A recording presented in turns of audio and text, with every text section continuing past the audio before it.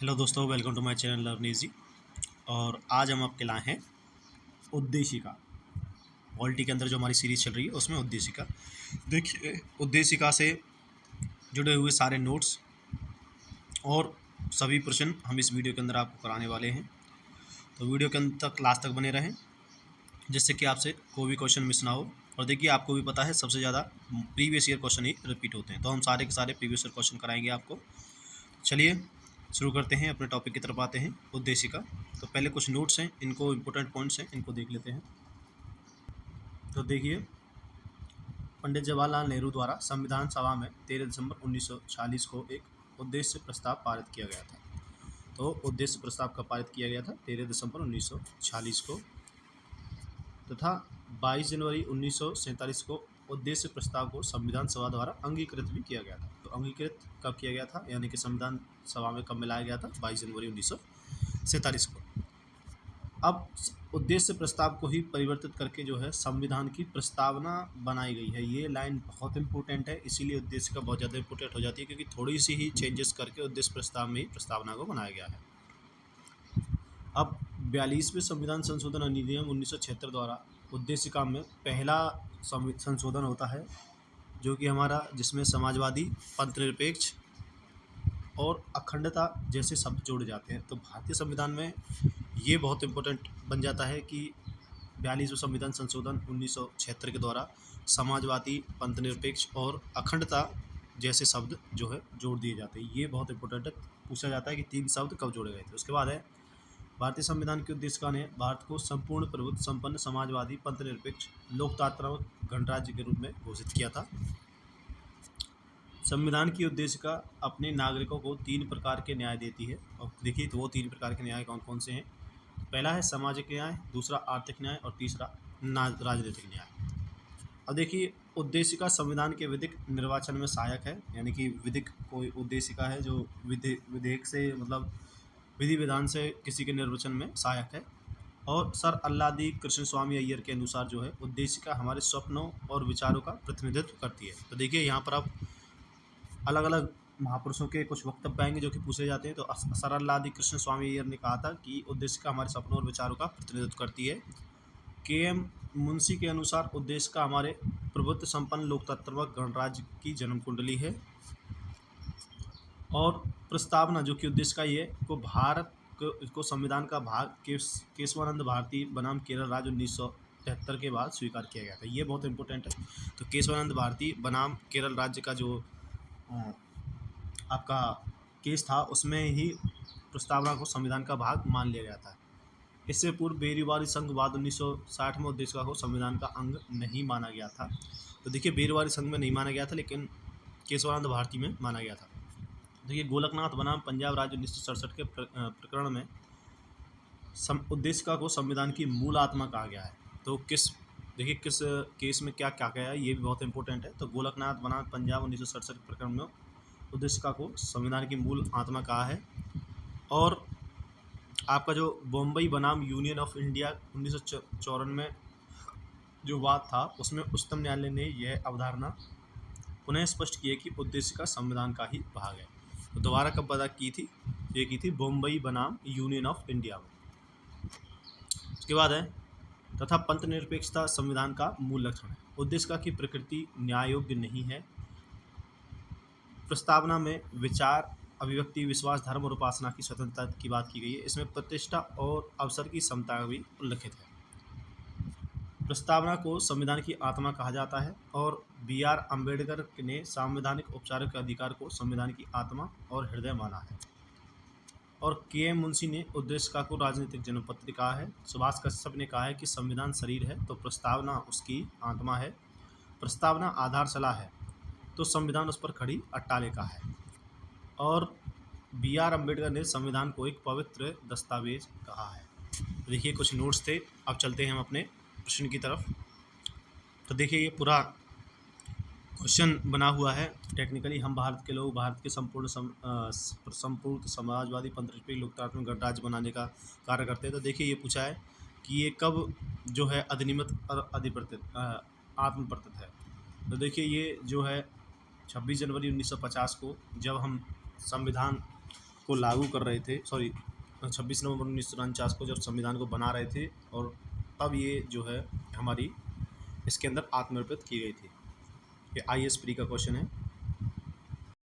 चलिए next question तक चलते हैं। देखिए, भारतीय गणतंत्र 26/1/1950 की सही संवैधानिक वस्तुस्थिति क्या थी जब संविधान लागू किया गया था? तो देखिए, जब सही वस्तु स्थिति थी उसमें जो प्रस्तावना थी उसमें सिर्फ प्रभुत्व संपन्न लोकतंत्र में गणराज्य का जिक्र था, लेकिन 42वें संविधान संशोधन 1976 के बाद जो है संपूर्ण प्रभुत्व संपन्नवादी, समाजवादी, धर्मनिरपेक्ष, लोकतांत्रिक गणराज्य और पंथ निरपेक्ष जैसे शब्द इसमें जोड़े गए थे। तो ऑप्शन सी इसका राइट आंसर हो जाएगा। क्वेश्चन नंबर 3 है, 26 जनवरी 1950 को भारत के वास्तविक संविधानिक स्थिति क्या थी?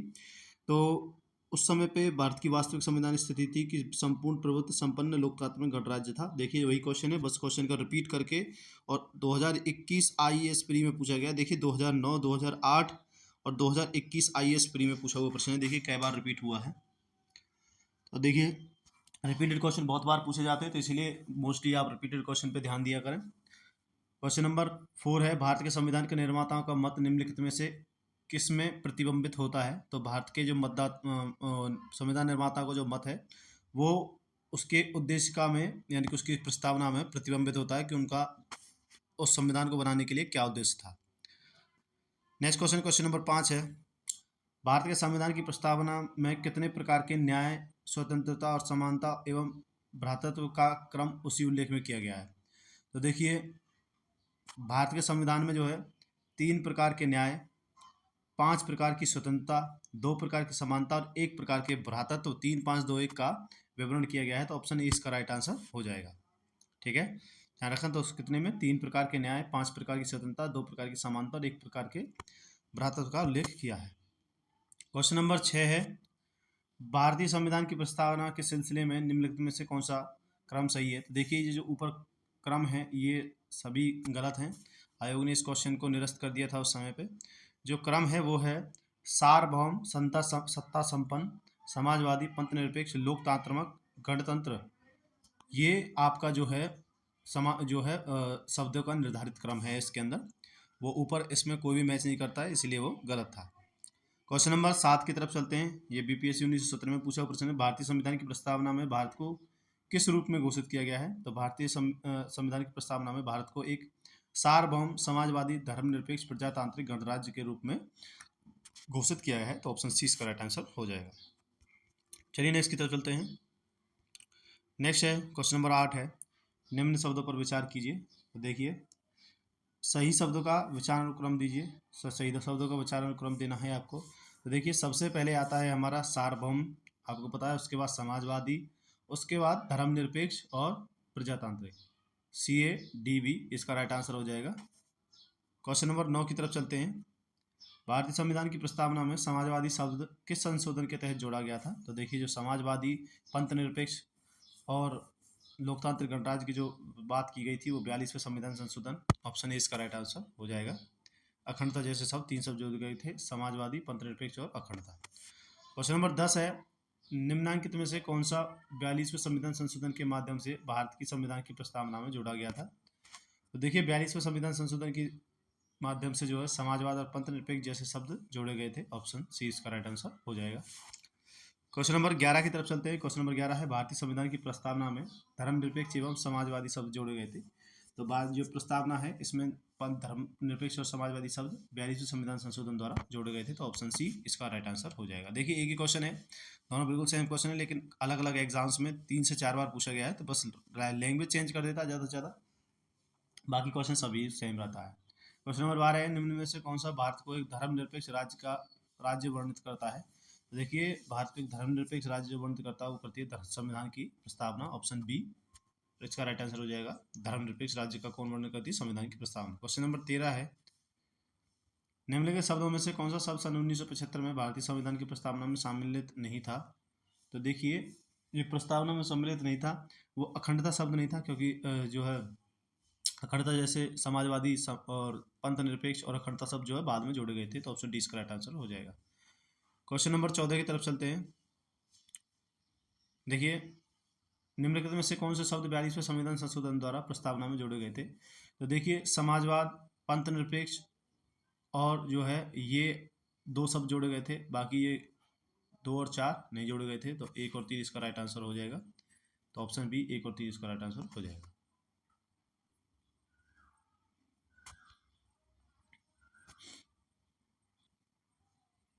देखिए नेक्स्ट है, संविधान की उद्देशिका के संबंध में निम्नलिखित कथनों पर विचार करिए तथा इन कूटों में से कौन सा सही है वो बताइए। तो आपको सही बताना है। तो देखिए पहला तथ्य हमारा पंडित नेहरू द्वारा प्रस्तुत ऑब्जेक्टिव प्रस्ताव अंतत गोतवा उद्देशिका बना था, बिल्कुल सही है।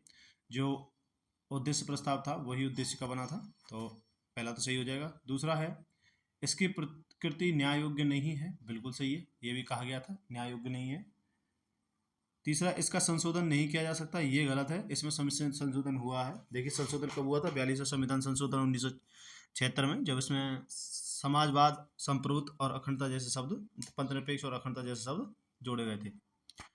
चौथा है संविधान के विशिष्ट प्रावधानों में यह रद्द नहीं कर सकता, संविधान के विशिष्ट प्रावधानों को ये रद्द नहीं कर सकता, तो कर सकता है, ओवरराइड कर सकता है। ठीक है, तो 1 2 4, तो 1 2 4 3 नहीं हो जाएगा, तो देखते हैं 1 2 4, यानी कि ऑप्शन 20 का राइट आंसर हो जाएगा। नेक्स्ट क्वेश्चन तरफ चलते हैं। क्वेश्चन है संविधान की प्रस्तावना का विधिक स्वरूप क्या है। तो देखिए संविधान की प्रस्तावना का विधिक स्वरूप ये है कि यह लागू नहीं की जा सकती, यह इसका विधिक स्वरूप है, इसे लागू नहीं किया जा सकता। क्वेश्चन नंबर 17 है भारतीय संविधान की उद्देशिका में संशोधन किया गया था, तब कब किया गया था। तो ये किया गया था 42वां संविधान संशोधन, आपको पता है उद्देशिका के अंदर ही संशोधन था 1976। क्वेश्चन नंबर 18 है समाजवादी शब्द उद्देशिका में कब जोड़ा गया था। तो पता है, मोस्ट कॉमन क्वेश्चन है 42वां संविधान संशोधन। देखिए एक ही क्वेश्चन को बहुत बार पूछ लेता है, आपकी बार समाजवाद दिया, आगे अखंडता पूछ लेगा, पंथनिरपेक्ष पूछ लेगा, तीनों को पूछ लेगा, या लैंग्वेज चेंज करके पूछ लेगा। तो एक ही क्वेश्चन को बार बार रिपीट करता है। आपका मेन मोटिव है क्वेश्चन को क्लियर करना, और आपको ये देखना कि एग्जामिनर किस हिसाब से क्वेश्चन को बना सकता है। और ये आप देख सकते हैं प्रीवियस ईयर क्वेश्चन से, जिसकी पूरी सीरीज हम आपके लिए लेकर के आए, हर टॉपिक की सेपरेट वीडियो बना करके। क्वेश्चन नंबर 19 है भारतीय संविधान की प्रस्तावना में समाजवादी शब्द किस संशोधन द्वारा लाया गया था। तो प्रस्तावना में जो समाजवादी शब्द है वो 42वें संविधान संशोधन द्वारा लाया गया था, तो ऑप्शन 20 का राइट आंसर हो जाएगा। क्वेश्चन नंबर 20 की तरफ चलते हैं। 26 नवंबर 1949 को अंगीकृत भारतीय संविधान की प्रस्तावना में शामिल शब्द नहीं थे। मतलब ये पूछा कि जब संविधान बना था तो कौन कौन से शब्द नहीं थे। तो देखिए पंथनिरपेक्ष बाद में जुड़ा है, अखंडता बाद में जुड़ा है, और समाजवादी बाद में जुड़ा है। बस ये 1 2 3 नहीं थे, गणराज्य ये शुरू से ही था, तो ऑप्शन ए इसका राइट आंसर हो जाएगा। तो समाजवादी, पंथनिरपेक्ष और अखंडता बाद में जुड़े हैं। क्वेश्चन नंबर 21 है भारतीय संविधान की प्रस्तावना में पंथनिरपेक्ष शब्द को जोड़ा गया था। तो भारतीय संविधान की प्रस्तावना में जो पंथनिरपेक्ष शब्द है इसको जोड़ा गया था 42वें संविधान संशोधन द्वारा, ऑप्शन 20 का राइट आंसर हो जाएगा। क्वेश्चन नंबर 22 है, क्वेश्चन नंबर 22 है भारत के संविधान के आमुख का लक्ष्य उसके सभी नागरिकों के लिए सुनिश्चित करना है। तो भारत के जो संविधान का लक्ष्य क्या है। तो भारत के संविधान का लक्ष्य है भारत के सभी नागरिकों के लिए सामाजिक आर्थिक न्याय की सुनिश्चित करना, विचार तथा अभिव्यक्ति की स्वतंत्रता की नियुक्ति करना, अवसर की समानता की निश्चित करना, और व्यक्ति की प्रतिष्ठा की निश्चित करना। तो ये सभी चारों राइट आंसर हो जाएगा, चारों।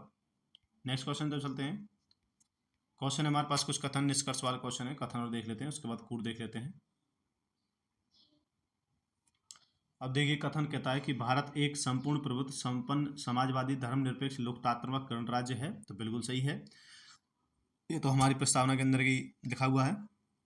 कारण क्या है कि इसे 42वां संविधान संशोधन 1976 द्वारा संपूर्ण प्रभुत्व संपन्न लोकतांत्रिक गणराज्य के स्थान पर प्रतिस्थापित किया गया था। बिल्कुल ये भी सही है।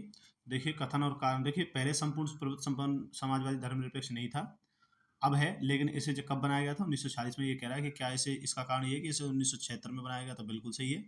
तो कथन और निष्कर्ष दोनों इसके सही हो जाएंगे, तो हो जाएगा ए और आर दोनों सही है, और सही व्याख्या करता है, ऑप्शन इसका राइट आंसर हो जाएगा। ठीक है, क्वेश्चन नंबर 24 है भारत में लौकिक सार्वभौमिकता क्या है, क्योंकि संविधान की प्रस्तावना आरंभ होती है। तो देखिए भारत की जो लौकिक सार्वभौमिकता इसलिए क्योंकि जो संविधान की प्रस्तावना है वो स्टार्ट होती है हम भारत के लोग जैसे शब्द से, तो ऑप्शन डी इसका राइट आंसर हो जाएगा। क्वेश्चन नंबर 25 है हम भारत के लोग with the people of India शब्दों का समूह प्रयोग भारतीय संविधान में कहाँ किया गया था। तो ये किया गया था संविधान की प्रस्तावना में, प्रीएम्बल ऑफ कॉन्स्टिट्यूशन। तो संविधान की प्रस्तावना 25 का डी राइट आंसर हो जाएगा। क्वेश्चन नंबर 26 है सभी व्यक्ति पूर्णतः और समान रूप से मानव हैं, यह सिद्धांत जाना जाता है। तो ये सिद्धांत देखिए सार्वभौमिकता का सिद्धांत माना जाता है। तो सार्वभौमिकता जो हमारी प्रेमबल के अंदर यानी कि उद्देशिका के अंदर लिखा हुआ है। क्वेश्चन नंबर 27 है कि भारत के संदर्भ में निम्न में से कौन सा धर्मनिरपेक्ष शब्द का सही भाव व्यक्त करता है। तो धर्मनिरपेक्ष शब्द का भाव व्यक्त करता है कि भारतीयों को धार्मिक स्वतंत्रता प्राप्त है। ठीक है, भारत को मतलब धर्मनिरपेक्ष है, ये किसी भी धर्म का खंडन और उसका समर्थन नहीं करता, सभी धार्मिक लोगों को स्वतंत्रता प्राप्त है। ऑप्शन 20 का राइट आंसर हो जाएगा।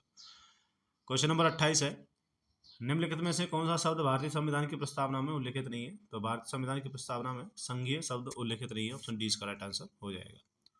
क्वेश्चन नंबर 29 है निम्नलिखित में से कौन सा शब्द भारत के संविधान की उद्देशिका में नहीं है। तो उद्देशिका में जो है वो है लोक कल्याण नहीं है, बाकी पंथ निरपेक्ष, समाजवादी, प्रभुता संपन्न और अखंडता शब्द जो है हमारे संविधान की उद्देशिका के अंदर निहित हैं। बस लोक कल्याण नहीं है। तो ऑप्शन डी इसका राइट आंसर हो जाएगा, लोक कल्याण। क्वेश्चन नंबर 30 की तरफ चलते हैं। क्वेश्चन नंबर 30 है हमारा भारतीय संविधान की प्रस्तावना में निम्नलिखित में से किस स्वतंत्रता का वर्णन नहीं है। तो भारतीय संविधान की प्रस्तावना में आर्थिक स्वतंत्रता का वर्णन नहीं है, बाकी सभी 3 प्रकार की स्वतंत्रता आपको है, विचार की स्वतंत्रता, विचार प्रकट करने की स्वतंत्रता और विश्वास की स्वतंत्रता। क्वेश्चन नंबर 31 है निम्नलिखित में से कौन भारतीय संविधान की प्रस्तावना में उल्लेखित नहीं है। तो संविधान की प्रस्तावना में उल्लेखित नहीं है आपका धार्मिक न्याय नहीं है, बाकी आर्थिक न्याय, राजनीतिक न्याय और सामाजिक न्याय 3 प्रकार के न्याय उल्लेखित हैं। क्वेश्चन नंबर 32 है संविधान की प्रस्तावना के बारे में कौन सा कथन सही है। तो संविधान की प्रस्तावना के बारे में कथन सही है कि इसके अंदर जो समाजवादी धर्मनिरपेक्ष शब्द है 1950 में लागू संविधान के अंग नहीं थे, ये बाद में 1946 में 42 संविधान संशोधन के द्वारा जोड़े गए थे। क्वेश्चन नंबर 33 है देखिए कितनी बार पूछा गया है कि भारतीय संविधान का कौन सा भाग संविधान की आत्मा कहलाता है। 8 से 10 बार रिपीटेड क्वेश्चन है, तो बहुत इंपॉर्टेंट क्वेश्चन है। तो उद्देश्य का जो है इसकी आत्मा कहलाता है, संविधान की आत्मा। नेक्स्ट क्वेश्चन तो चलते हैं। नेक्स्ट क्वेश्चन है क्वेश्चन नंबर 34 निम्नलिखित में से किसने भारतीय संविधान की प्रस्तावना को हमारे संप्रभु प्रजातांत्रिक गणराज्य की जन्म कुंडली कहा है। तो ये कहा है आपके KM मुंशी जी ने, जो प्रस्तावना को संप्रभुत्व प्रजातांत्रिक गणतंत्र की जन्म कुंडली। क्वेश्चन नंबर 35 है संविधान को एक पवित्र दस्तावेज किसने कहा है। तो संविधान को पवित्र दस्तावेज डॉक्टर BR अम्बेडकर जी ने कहा है। ऑप्शन ए इसका राइट आंसर हो जाएगा। क्वेश्चन नंबर 36 है किस वाद के फैसले में सर्वोच्च न्यायालय ने सर्वप्रथम घोषित किया कि उद्देश्य का संविधान का हिस्सा नहीं है। तो ये था बेरूबारी संघ 1962 का 1960 का। बाद में जो माना गया था वो माना गया था आपका केशवानंद भारती मामला 1973 का D। क्वेश्चन नंबर देखिए निम्नलिखित वाद में से क्वेश्चन 37 निम्नलिखित वाद में से उच्चतम न्यायालय ने धारण प्रस्तुत की कि उद्देश्य का संविधान का भाग है। तो संविधान का भाग माना गया था आपका बॉम्बे बनाम यूनियन ऑफ इंडिया, इसमें दोबारा माना गया था, ये 1990 का है। क्वेश्चन नंबर 38 है निम्नलिखित विवादों में से सर्वोच्च न्यायालय ने प्रस्तावना को भारतीय संविधान की मौलिक संरचना का भाग स्वीकार किया था। तो मौलिक संरचना का भाग मतलब की जो उद्देश्य का है, जो प्रस्तावना है मौलिक संरचना का भाग है, ये कहा था केशवानंद भारती विवाद के अंदर। ऑप्शन डी इसका राइट आंसर हो जाएगा 1973। क्वेश्चन नंबर 39 है भारतीय संविधान की प्रस्तावना में जिन आदर्शों एवं उद्देश्यों की रूपरेखा दी गई है उसकी व्याख्या की गई है। तो उसकी व्याख्या की गई है आपके मूल अधिकारों, राज्य की नीति निर्देशक सिद्धांतों एवं मौलिक कर्तव्यों के अध्याय में। ऑप्शन सी इसका राइट आंसर हो जाएगा।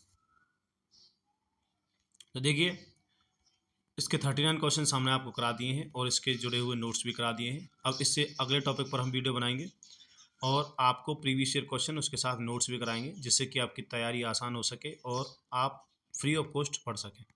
वीडियो अच्छी लगी तो वीडियो को लाइक करें, चैनल को सब्सक्राइब करें। Thank you.